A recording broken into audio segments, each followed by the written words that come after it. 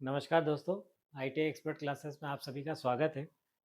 पिछले वीडियो में अपन ने ये किया था, भौतिक गुण अपन ने देखे थे, फिजिकल प्रॉपर्टी। ठीक है, अपारदर्शक तक अपन पहुंचे थे। इसके बाद का जो पॉइंट है वो है बनावट या स्ट्रक्चर। ठीक है, बेसिकली उसी से मजबूती का मालूम पड़ता है। जिस तरह का संगठन होगा, बॉन्ड जिस तरह का होगा अंदर, या स्ट्रक्चर जिस तरह का बना होगा, उसी से ये पता चलता है कि मेटल कितना मजबूत है। ठीक है, तो रवेदार या क्रिस्टलाइन ऐसी संरचनाएं होती हैं, रेशेदार, रवेदार, इस तरह से आप बोलते हैं उसको। ठीक है, और अगला पॉइंट है इसमें चुंबकत्व।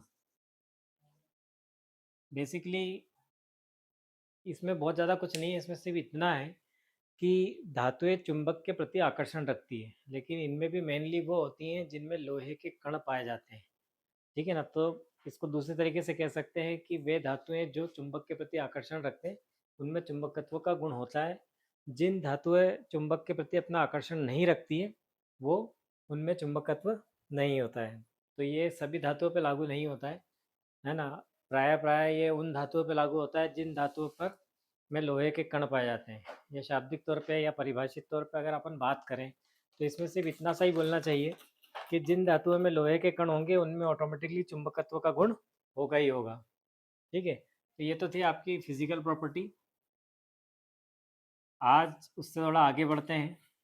अगली प्रॉपर्टीज हम देखेंगे मैकेनिकल या यांत्रिक गुण।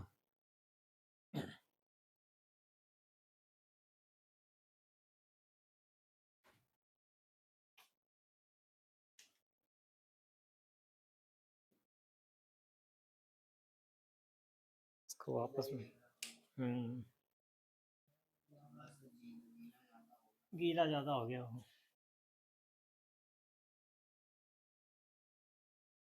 ये बोर्डों में होता ही है ये इसमें। तो अगला हम पढ़ेंगे यांत्रिक गुण या मैकेनिकल प्रॉपर्टी। बेसिकली ये जो सेकंड गुण है आपका, पॉइंट नंबर 2 है आपका आज का टॉपिक नंबर 2, या इस चैप्टर के हिसाब से बात करें तो टॉपिक नंबर 2, यांत्रिक गुण या मैकेनिकल गुण। बेसिकली यही वो चीज़ है जिसकी वजह से हम धातु को अपने कार्य के हिसाब से चुनते हैं या चुनाव करते हैं। जैसे आप लोग भी घर में जब काम कराते हैं तो हर काम का अपना अपना क्राइटेरिया होता है, उसी के हिसाब से अपन डिसाइड करते हैं कि कौन सी चीज़ कहाँ लगेगी, किस धातु की होगी और कैसी होगी। ठीक है ना। तो अगर मान लो आपको बाउंड्रीज में सिर्फ फेंसिंग वगैरह करना है तो आप लोहे से काम चला लो। आपको मालूम है कि वहाँ पानी गिरेगा, रस्ट होगा, वो मेटल खराब होगा, जंग लगेगा, है ना। लेकिन उपयोगिता के आधार पर हम ज़्यादा खर्चा नहीं करना चाहते हैं, इसलिए ऐसा करते हैं। नहीं तो वहाँ स्टील लगाते हैं। ठीक है, जैसे डोर हैंडल वगैरह में, दरवाज़ों में, खिड़कियों में हम लोग स्टील का प्रयोग ज़्यादातर मात्रा में करते हैं। क्यों? क्योंकि लंबे समय तक चलेंगे, अच्छे दिखेंगे वगैरह वगैरह। तो हम क्या है, उनके उन प्रॉपर्टीज़ को यूज़ करेंगे जिन प्रॉपर्टीज़ से वो टिकाऊ बनती है। वही प्रॉपर्टीज़ जो है ना यांत्रिक गुणों के अंतर्गत आती है। यांत्रिक गुण में पहला जो पॉइंट आता है वो है इलास्टिसिटी या लचीलापन। नाम से ही समझ में आ रहा है। तो इसको एक चीज़ तो एक दूसरे तरीके से समझाते हैं अपन, कि आपने एक चीज़ देखी होगी कि आपके घर में हम लोग कई बार क्या होता है, गेहूं के ड्रम रखते हैं। गेहूं के ड्रम के नीचे ज़्यादातर लोग क्या करते हैं, पतली प्लाई का एक टुकड़ा रख देते हैं, जितना बड़ा ड्रम का साइज़ है उसके हिसाब से।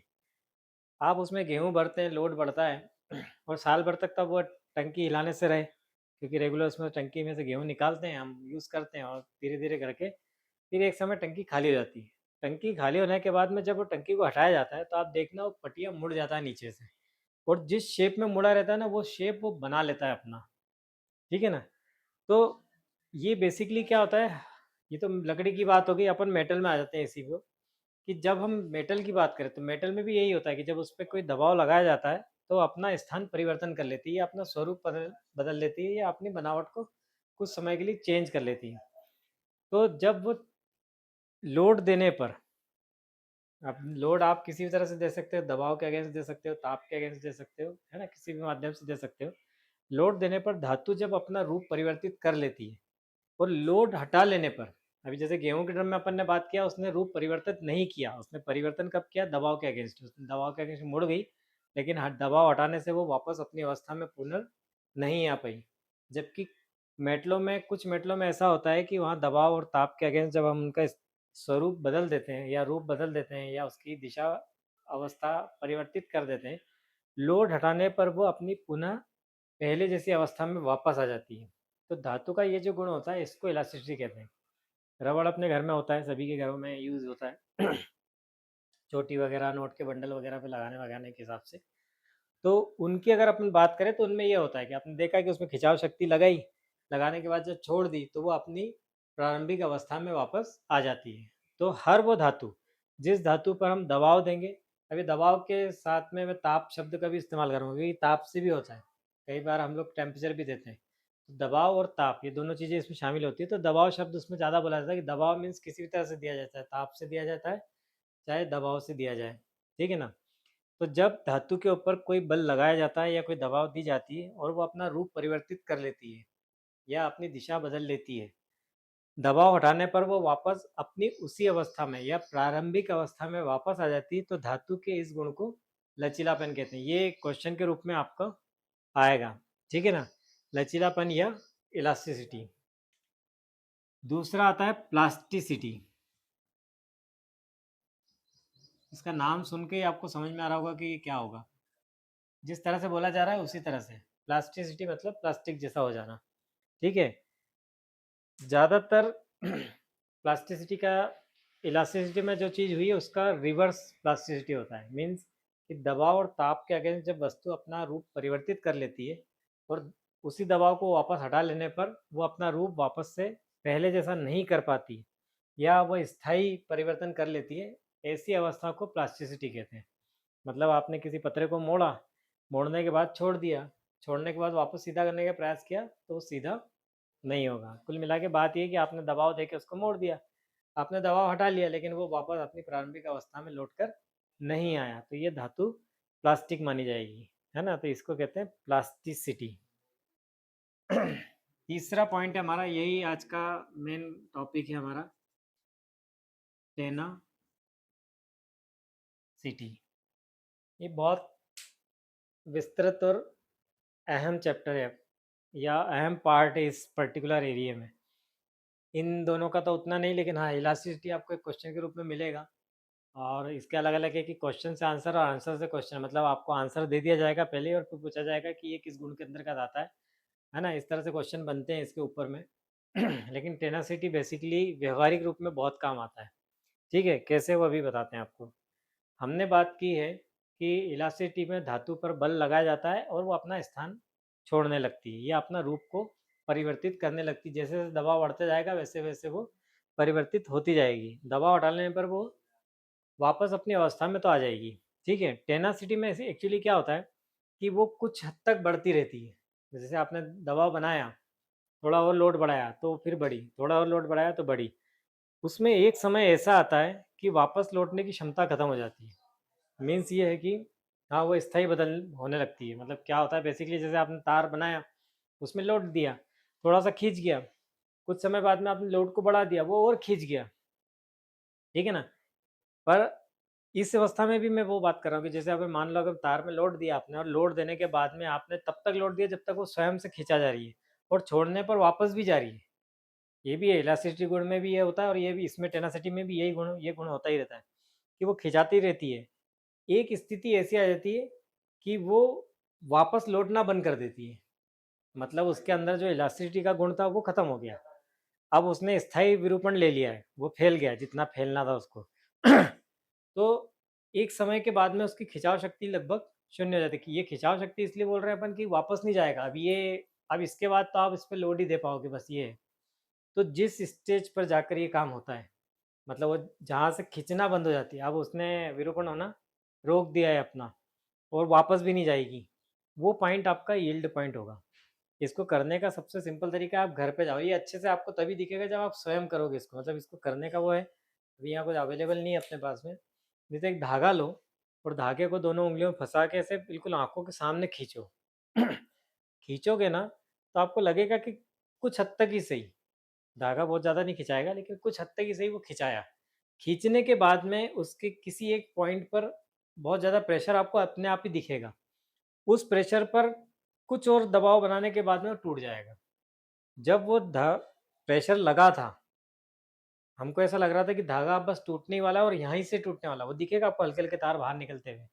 तो वो जो पॉइंट होगा, दबाव की वो जो स्थिति होगी कि जहाँ आप थोड़ा-सा दबाव और बढ़ाया जाएगा, तो धातु टूट जाएगी, वही पॉइंट आपका यील्ड पॉइंट है। इसमें टूटेगा नहीं। यील्ड पॉइंट पर खिंचाव शक्ति लगभग सम शून्य हो जाती है, मतलब खत्म हो जाती है कि अब इससे ज़्यादा खींचने की ताकत इसमें नहीं है। जितना खिंचाव शक्ति या जो बल हमने लगाया है या जो लोड हमने दिया है, वो बेसिकली जो लोड है वो कहलाता है आपका टेंसाइल लोड। ठीक है ना? और धातु की ये जो स्ट्रेंथ है, स्ट्रेंथ मतलब सामर्थ्य, खिंचाव शक्ति को सहन करने की जो शक्ति थी उसके अंदर, सामर्थ्य, स्ट्रेंथ, वो पॉइंट यील्ड पॉइंट पर ही जो शक्ति बनी है उसकी, कि अब तो ये पक्का है कि यील्ड पॉइंट पर आपने थोड़ा सा और लोड बनाया तो टूटेगा। तो जो लोड पे यील्ड पॉइंट बना है आपका, ये यील्ड पॉइंट में लिख देता हूँ इसकी, ठीक है ना? नहीं, वो अभी आएगा इसमें आगे, अपन इसके आगे उसी को पढ़ने वाले हैं। तो यील्ड पॉइंट बेसिकली क्या हो गया कि धातु के ऊपर जो शक्ति लगाई, शक्ति लगाने के बाद में जिस अवस्था में जाके वो टूटने वाली थी, अब इससे ज़्यादा वो खींच नहीं सकती, फैल नहीं सकती, बढ़ नहीं सकती, लास्टली अब वो वहीं तक जा सकती है। रबड़ में भी होता है, आप रबड़ को भी पास में से कर सकते हो, लेकिन रबड़ में चोट लगने की संभावना बढ़ जाती है, क्योंकि जब टूटेगा ना तो वो आँख की तरफ या हाथ की तरफ आता है तो बहुत ज़ोर से लग सकता है। तो धागे से करके देखना तो समझ में आएगा आपको।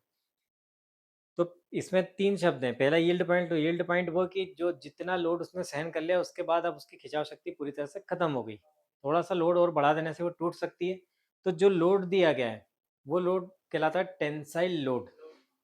वो लोड कहलाएगा आपका टेंसाइल लोड। जिस लोड को सहन कर लिया धातु ने, जिस स्थिति में, अब यहाँ पे 2 बातें कि उसने स्ट्रेंथ, वहाँ पे उसकी सामर्थ्य भी है। तो वो जो स्ट्रेंथ है उसकी, जिस स्ट्रेंथ पे उसने धातु को टूटने नहीं दिया, यील्ड पॉइंट वाला ही पॉइंट बात करें अपन कि धातु उस स्थिति में कि जितना बल उसको दिया गया, अब अगर थोड़ा बल बढ़ाते तो टूट जाता, लेकिन नहीं टूटा। तो जो भार उसने सहन कर लिया वो टेंसाइल लोड। जो सामर्थ्य है उसको कहते हैं ultimate tensile strength. Ultimate tensile strength, ultimate इसलिए क्योंकि बहुत, है ना, अल्टीमेट काम किया उसने कि बहुत ज़्यादा वेट सहन कर लिया, टूटा नहीं। ठीक है ना? लेकिन लोड को कहेंगे टेंसाइल लोड, इसको अल्टीमेट से शामिल नहीं करेंगे जब तक कि टूटा नहीं है। लेकिन जैसे ही जिस लोड पर धातु टूट जाए, एक समय ऐसा भी आएगा ना कि भाई धातु आपने लोड थोड़ा सा और बढ़ाया, तो टेंसाइल लोड के बाद में जब लोड बढ़ाया जाता है तो वो कहलाता है अल्टीमेट टेंसाइल लोड। क्यों? क्योंकि अब इस पे धातु टूटेगी।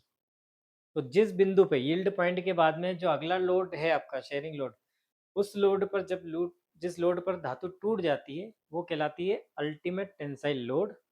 जो सहन कर लेती है, टूटने नहीं पाती, मतलब धातु को टूटने नहीं देती, वो कहलाती है आपकी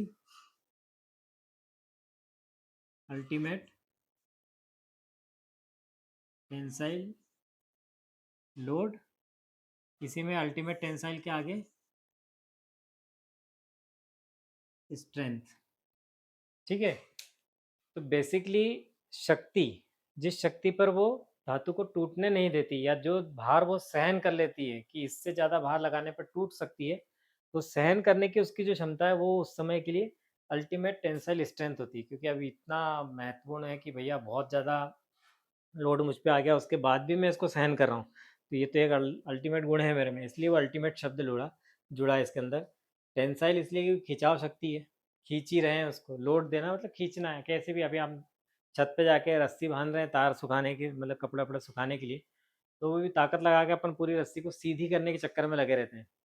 वो है कि हम गठान सही से नहीं लगा पाते हैं, इसलिए झूल जाती है रस्सी।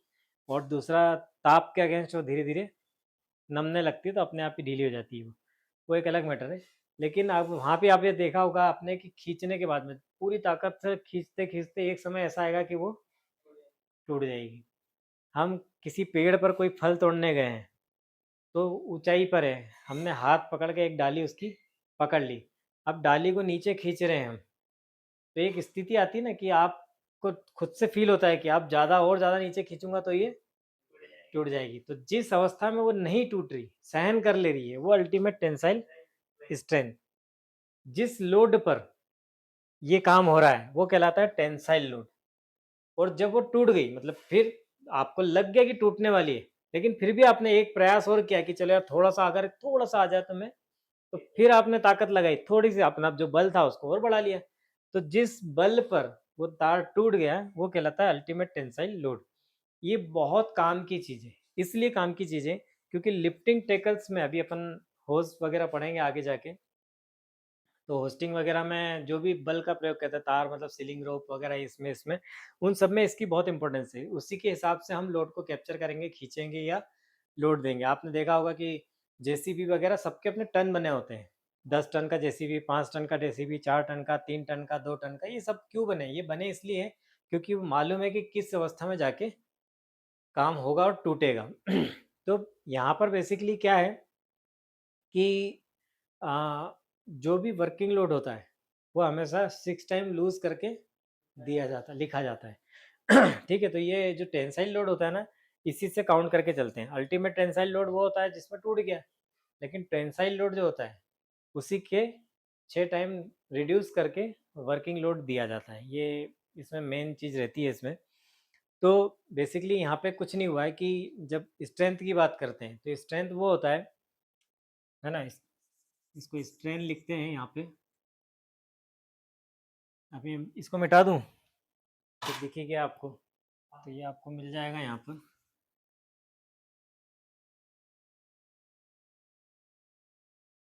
चेंज इन लेंथ और, हाँ, ओरिजिनल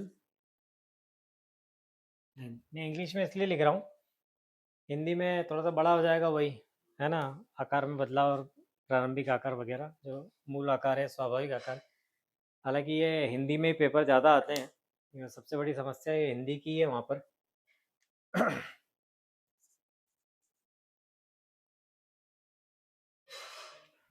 हम्म,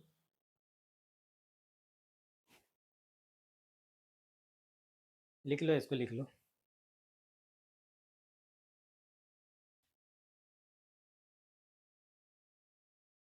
तब तक इन लोगों के लिए कुछ बोल दिया जाए। बहुत सारी वैकेंसियां लगातार आ रही है, ठीक है। पढ़ाई के लिए एक सबसे ज़रूरी चीज़ है कि अभी कुछ बड़ी बड़ी पीएससी कंपनियों ने घोषणा की है कि वो जल्दी वैकेंसी निकालेंगी। हम कितना प्रिपेयर हैं ये उस पर निर्भर करता है, ठीक है। तो उसकी तैयारी आपको आज से शुरू करनी पड़ेगी। और मैं फिर से, मैंने एक वीडियो इसके लिए भी बना के रखा है, लेकिन चूँकि नेक्स्ट मंथ या उसके आने वाले मंथों में ही हो सकता है कि वैकेंसियाँ तुरंत आ जाएगी। और जैसे ही, क्योंकि ज़्यादातर इन वैकेंसी में ऐसा होता है कि आपको तैयारी करने का समय बहुत कम मिल पाता है, कि जिस दिन आपने फॉर्म फिलअप किया उससे 20-25 दिन के अंतराल में ही जनरली एग्ज़ाम वगैरह सब हो जाता है और बाकी सारी चीज़ें भी हो जाती हैं। हमारा मूल काम एग्ज़ाम में ही है, क्योंकि एग्ज़ाम में नंबर लाओगे तभी तो आप एग्रीगेट बनाओगे और तभी आप मेरिट लिस्ट में शामिल हो पाओगे। तो इसका सही तरीका ये है कि आज से ही आप तैयारी को स्टार्ट करो और तैयारी का एक तरीका बनाओ। मैं फिर से इस बात पे जोर दे रहा हूँ कि होच पोच करके मत पढ़ो, सलीके से पढ़ो। सलीके से पढ़ना किसको कहते हैं कि आप एक व्यवस्थित टॉपिक्स बनाओ, हर टॉपिक पर गहन रिसर्च करो और उसके बाद उसमें आगे बढ़ो। एक टॉपिक जब आपका क्लियर हो जाए तभी आप दूसरे टॉपिक पे बढ़ो। ऐसे ही आप टॉपिक दर टॉपिक चीज़ों को आगे बढ़ाते चलो, ठीक है ना। तो ये एक बहुत ज़रूरी चीज़ है और उसी के हिसाब से आपको तैयारी करना चाहिए मेरे हिसाब से। पार्शली तैयारी करो, क्योंकि क्या होता है, देखो, ऑब्जेक्टिव मेथड से पेपर होना है, ठीक है। सीबीटी टेस्ट होने हैं, कंप्यूटर बेस्ड टेस्ट, जो भी आप। तो यहाँ पर क्या है कि एक सिचुएशन है, हम लंबा पढ़ना नहीं चाहते हैं। क्यों? आना तो ऑब्जेक्टिव से है ना, ये हमारी सबसे पहली साइकोलॉजी है। लेकिन मैं आपको बता दूं कि जब तक आप लॉन्ग में नहीं जाओगे तब तक आप शॉर्ट में कुछ भी नहीं कर पाओगे। और यही आप लोगों की कमजोरियां रही है आईटीआई से लेकर अभी तक, क्योंकि वैसे भी आईटीआई में बेसिकली क्या होता है कि हम लोग एक नॉर्मल तरीके से पढ़ते हैं, हमारा उद्देश्य वहाँ पर सिर्फ और सिर्फ सेमेस्टर वाइज पास होना होता है। लेकिन जब हम एक्चुअली फील्ड में होते हैं, कॉम्पिटिटिव मार्केट में होते हैं, उस स्टेज पे क्या होता है, आपका सारा दारोमदार इन चार चार जो ऑब्जेक्टिव मिलते हैं आपको उस पर रहता है। और इनमें बेसिकली क्या होता है, हमारी साइकोलॉजी इस तरह से क्लच करती है कि भैया ऐसी किताब का चयन करें जिसमें क्वेश्चन हो, चार ऑब्जेक्टिव हो और धड़ाधड़ आंसर रटे जाओ। और रटने का क्या है, मैं बताऊं आपको कि क्वेश्चन जब बनते हैं, आप खुद ही देखना, मैं तो क्या ज़्यादा बोलूं, आप लोगों ने भी एग्ज़ाम दी है तो आप लोगों को ये बात समझ में आई होगी कि एक ही क्वेश्चन के कईयों आंसर हो सकते हैं और कईयों आंसर के कईयों क्वेश्चन हो सकते हैं। बहुत सारे क्वेश्चन ऐसे होंगे जिनके आंसर सिमिलर होंगे, बहुत सारे आंसर ऐसे होंगे जिनके क्वेश्चन बहुत अलग अलग होंगे। मतलब पूछने का तरीका बदल गया, आंसर वही है, एक वे में पूछा और आंसर अलग अलग हो गए। मतलब बहुत सारे ऐसे खिचड़ी है वो।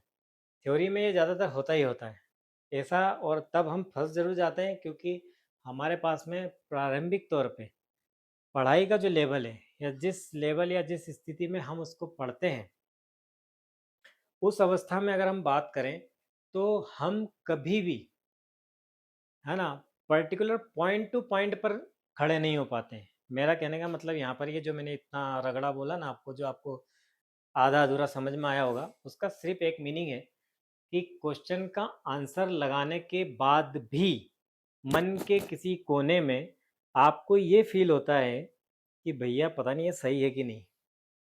और ये सबकी समस्या है। और ये समस्या बेसिकली इसलिए है क्योंकि हमने जो तैयारी की है ना, वो रगड़ा पेटिस की है। सारी चीज़ों को तपेले में डाला, चम्मच लेके खूब हिलाया, 2 चम्मच से खा डाला और फिर हम सोचते हैं कि हमारी तैयारी पूरी है। तो बेसिकली मैं फिर से आपको इस बात के लिए कहता हूँ कि मन को पूरी तरह से शांत कर लो। आपके पास बहुत समय है, भरपूर समय है। कोई भी बच्चा, अगर मुझे देखने वाले आप 30-40 लोग भी हों और उसमें से 2 लोग ही मेरी बात को सुनना चाहते हैं या सुन रहे हैं, तो मैं उन 2 लोगों के लिए बात बोल रहा हूँ, जो इस बात को सुनेंगे कि समय हमारे पास भरपूर है। बस हमको सिर्फ तैयारी का तरीका थोड़ा-सा बदलना है। बहुत सिंपल सा चेंज करेंगे और आपकी लाइफ में एक बहुत बड़ा परिवर्तन आ जाएगा। 100% आ जाएगा। आप करके देखिए, ठीक है ना? कुछ नहीं करना है आपको। सबसे पहले अपने मन को पूरी तरह से शांत कर लीजिए। शांत से मेरा मतलब ये नहीं है कि, है ना, 10-15 दिन, 1 महीना कहीं हिमालय पे जाके आने हैं, ऐसा नहीं है। या घर में मंदिर के सामने, या है ना, किसी गुरुद्वारे में, किसी चर्च में या किसी मस्जिद में जाके, है ना, अंतर्ध्यान हो जाना अपना भगवान के या अल्लाह के या उनके उसमें खो जाना। ऐसा कुछ नहीं कह रहा हूँ मैं। मैं सिर्फ इतना कह रहा हूँ कि जो भी कोलाइजन मन में चल रहे हैं उनको कुछ समय के लिए रोक लीजिए। पढ़ाई को एक नए सिरे से स्टार्ट कीजिए। ये मान के कीजिए कि आज की स्थिति में मैं शून्य हूँ, मुझे कुछ नहीं आता है। और फिर आप किताब उठाइए, किताब कोई सी भी उठाइए। हर किताब कोई ना कोई ज्ञान तो देगी आपको। कितना भी गलत लिखा हो, कितना भी अच्छा लिखा हो, इससे फर्क नहीं पड़ता है। आप, पहली बात है कि किताब को उठाओ और सरसरी तौर पे उसको पढ़ना शुरू करो। 1-2 बार आप सरसरी तौर पे पढ़ोगे तो ऑटोमेटिकली मन उसमें लगने लग जाएगा। फिर टॉपिक वाइज़ पढ़ो। एक टॉपिक लो और जब तक उस टॉपिक के सारे कॉन्सेप्ट आपके क्लियर नहीं हो, तब तक आप दूसरे टॉपिक पे आगे मत बढ़ो। ठीक है? तो इस तरह से आप पाओगे कि आप कुछ ही समय में, है ना, एक अच्छी तैयारी का लेवल बना पाओगे। और इस काम के लिए आपको पूरा दिन देने की ज़रूरत नहीं। आप रोज़ के 40 से 45 मिनट घर में दीजिए बस, इससे ज़्यादा कुछ मत दीजिए। बहुत समय, पर्याप्त समय। पर ये 40 मिनट की पढ़ाई केवल और केवल आपके लिए होगी। ना ये पढ़ाई आप अपने मम्मी-पापा को दिखाओगे, ना ये पढ़ाई आप अपने दोस्त यारों को दिखाओगे। ये दिखाओगे शब्द का मतलब क्या है? ये दिखाओगे शब्द का मतलब सिंपल है। दिखाने से मतलब ये नहीं है कि आप जो जाके बोलते हो लोगों को कि मैं पढ़ रहा हूँ, मैं पढ़ रहा हूँ, ऐसा नहीं है। जनरली क्या होता है, हम जब पढ़ते हैं तो हम ये सोचते हैं कि कोई ना कोई हमें देखे और देख कर किसी तीसरे को बोलेगा, अरे वो क्या पढ़ रहा है यार, और उससे हम अपने आप को गदगद फील करें। ऐसा नहीं है। इसको दिखावे की पढ़ाई कहते हैं। आप ये सोच के मत पढ़िए कि कोई आपको देख रहा है घर में। ठीक है ना? घर में हम ज़्यादातर यही करते हैं कि हम पढ़ते हैं ना, तो हमको ऐसा लगता है कि लोग देख रहे हैं और हमारी तारीफ करेंगे। ऐसा नहीं है। आप अपने लिए पढ़ो। ये पढ़ाई आपके लिए है। नौकरी आपको चाहिए। कमाना आपको है। कोई और कमाएगा नहीं। आपके माँ बाप को कमाना था आपके लिए, जितना वो कमा रहे हैं वो। ठीक है। इसके बाद वो आपका साथ छोड़ देंगे तब जब आपको उनको लगेगा कि हमारा बच्चा अब काबिल बन चुका है, अब इसको अपने पैरों पर खड़ा होना चाहिए। तो इसीलिए उनको इस बात से फ़र्क नहीं पड़ता कि आप पढ़ रहे हो नहीं पढ़ रहे हो, ठीक है ना? क्योंकि वो आपको एक उम्मीदवार के तौर पे देखते हैं, जो अब आने वाली चुनौतियों के लिए तैयार हो रहा है, ठीक है ना? तो इसलिए ये जो पढ़ाई है ये आपकी है, खुद की है ना? इसमें किसी को दिखाना नहीं है, तो इसलिए बहुत शालीनता से पढ़ो, बिना मन में किसी भी प्रकार का घमंड लाके, एरोगेंस लाके या ऐसी कोई चीज़ लाके कि लोगों को लगे कि नहीं यार ये लड़का बहुत पढ़ता है, क्योंकि वो सच्चाई आपकी मालूम पड़ जाएगी जब आप पेपर देकर आओगे। तो वहाँ तो आप मुँह नहीं छुपा पाओगे, वहाँ तो नंबर आएँगे ना। अगर आप दिखावे की पढ़ाई करो कि मैं बहुत पढ़ रहा हूँ, बहुत पढ़ रहा हूँ, बहुत पढ़ रहा हूँ, नंबर आए इतने से, फिर क्या बोलोगे? कि बाहर से क्वेश्चन आ गया, आउट ऑफ कोर्स आ गया, पैसा चल गया, है ना? तो इसका सॉल्यूशन सिर्फ़ इतना है कि शांत होके अपने लिए पढ़ो, केवल और केवल अपने लिए, ठीक है ना? चलो, तो मेरा उद्देश्य केवल यही था आपको बोलने का, क्योंकि अभी वैकेंसियाँ बहुत हैं। अभी कोई ये नहीं कह सकता कि वैकेंसियाँ नहीं है और नहीं आ रही है। वैकेंसियाँ बहुत है, आने वाले समय में बहुत सारी वैकेंसियाँ आपको देखने को मिलने वाली है। बहुत जल्द आपको बहुत सारे नोटिफ़िकेशन एकदम से मिलेंगे और आप सरप्राइज़्ड हो जाओगे उस समय। उसकी तैयारी आप आज से ही शुरू करो, ठीक है? थोड़ा-सा समय निकालो अपने लिए, अपने जीवन के लिए और फिर स्टार्ट करो, ठीक? चलो, तो अपन आगे बढ़ते हैं इसी में। तो हम बात कर रहे थे अल्टीमेट टेंसाइल लोड, उसके बाद हमने बात किया है अल्टीमेट टेंसाइल स्ट्रेंथ, फिर हमने स्ट्रेंथ की बात की, change in length upon original length.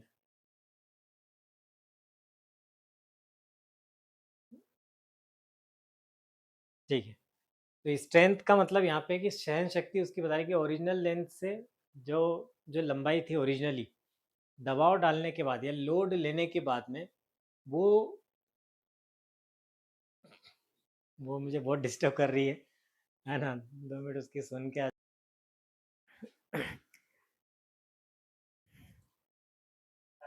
हम्म,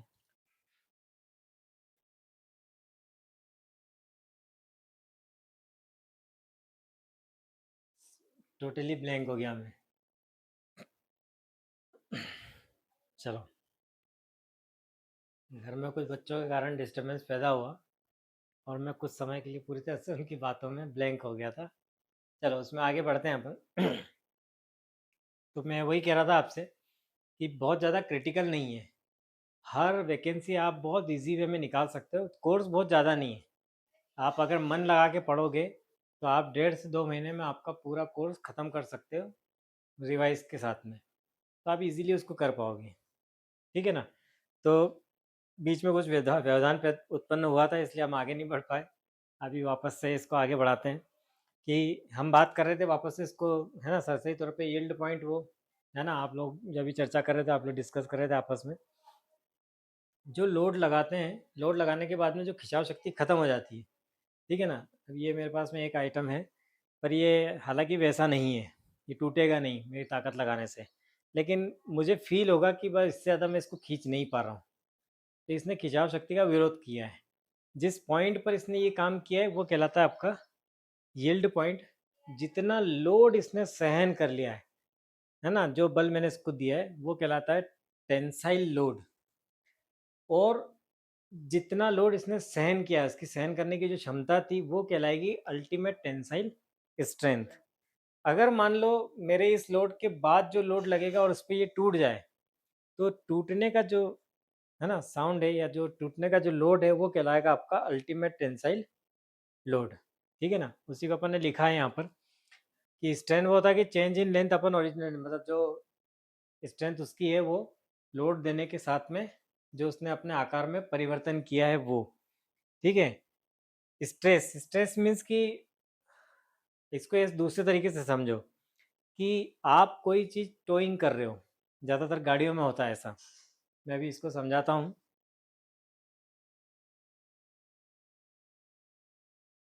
यही रस्सी आप अपने घर में यूज़ करके देखना, मालूम पड़ जाएगी आपको, अगर आप कर सकते हो तो, ठीक है? चलो, ये रस्सी को ध्यान से देखो और इसको अपन कैंची से काट देंगे, ठीक है ना? काट देंगे तो इसके जो छोर हैं, मतलब जहाँ जहाँ काटे कटा होगा ना, शेयरिंग से जब आप काटो कैंची से, तो स्मूथ होंगे, सीधे होंगे, है ना। जबकि अब लोड ही इस बात को डिसाइड करता है कि वो कितनी उससे टूटी है। एक कोना ये है, एक कोना ये है, ठीक है। इसी को अपन लिखने वाले हैं, स्ट्रेस इसको कहते हैं। कैसे? वो ऐसे कि स्ट्रेस होता है load upon area of cross section, ठीक है ना। मेरी बात को ध्यान से समझना तो ही समझ में आएगा, अदरवाइज ये बात आपको समझ में नहीं आएगी, ठीक है। इसको ऐसे समझो कि किसी की बाइक, सॉरी, किसी की जीप या बड़ी गाड़ी, कार गड्ढे में उतर गई, उसको खींचने के लिए एक रस्सी लगाई, ठीक है। पहले तो ये तो सीधी सी बात है ना, कोई भी ऐसा साधन तो है नहीं हमारे पास कि वो सीधा अंदर चला जाए, केकड़े ये उठा के लिया बाहर, नॉट पॉसिबल। ये है कि हम या तो किसी दूसरी गाड़ी से उसको टो करने का प्रयास करेंगे। टो करने के लिए हो सकता है उस गाड़ी के पास में एक रस्सी हो अपनी, ठीक है ना। अब उसने उसके पीछे उस रस्सी को बांधा, अपनी कार के पीछे उस रस्सी को बांधा, और जो कार अंदर गिरी है उस कार में उसको बांध दिया। अब जब वो खींचेगा तो कुछ समय बाद में उसका टायर रगड़ खाएगा, है ना, वहीं के वहीं फ्रिक्शन के कारण वहीं के वहीं गोल गोल घूम जाएगा, थोड़ा सा इधर उधर होगा, फिर और थोड़ा सा ताकत बढ़ाई उसने, तो पता पड़ा कार बाहर आने की बजाय रस्सी टूट गई। तो जब रस्सी टूटती है ना, तो वो अगर बहुत ज़्यादा लोड पड़ा और उससे टूटी है, तो उसका जो मुंह है रस्सी का, वो बहुत ज़्यादा फैल जाएगा। ये कहलाता है एरिया ऑफ क्रॉस सेक्शन। तो ये इस बात का परिणाम है कि बहुत ज़्यादा लोड पड़ा तब जाके ये टूटी, और ये है कि बहुत कम लोड पे टूट गई। अगर इस तरफ से बात करें, इसका एरिया ऑफ क्रॉस सेक्शन बहुत छोटा है, जबकि इसका बहुत बड़ा है। क्राउनिंग हेड वगैरह सब आपने सुना होगा, एक वर्ड, अभी होस्टिंग एक चैप्टर आएगा उसके अंदर इसका जिक्र है, ठीक है ना। तो ये कहलाता है, उसी को अपन ने यहाँ लिखा है, स्ट्रेस इसको कहते हैं। Stress load upon area of section. जितना ज़्यादा स्ट्रेस होगा उतना ज़्यादा इसका फैलाव होगा, जितना कम स्ट्रेस होगा उतना, तब कैंची से काट दोगे तो और कम हो जाएगा, ठीक है ना। तो ये लोड की परिभाषा है कुल मिला के इसके हिसाब से, ठीक है। और इसमें अगला आता है वर्किंग लोड।